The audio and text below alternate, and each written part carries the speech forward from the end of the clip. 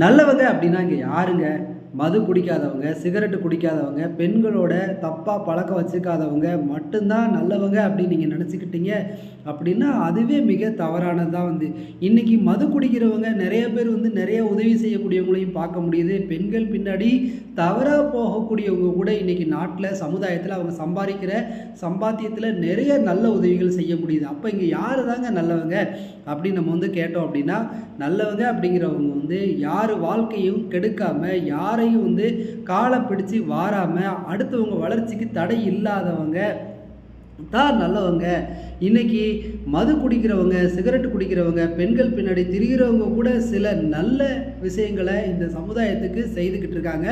ஆனா வந்து எந்த விதமான ஒரு கெட்ட பழக்கம் இல்லாத நெறையா ஒரு வியாதிகள் இந்த ஊர்ல வந்து மனிதர்களுக்கு இருக்குது. அவங்க அடுத்தவங்களோட வளர்ச்சிய கெடுக்கிறதுக்காக பொறந்திருக்காங்க.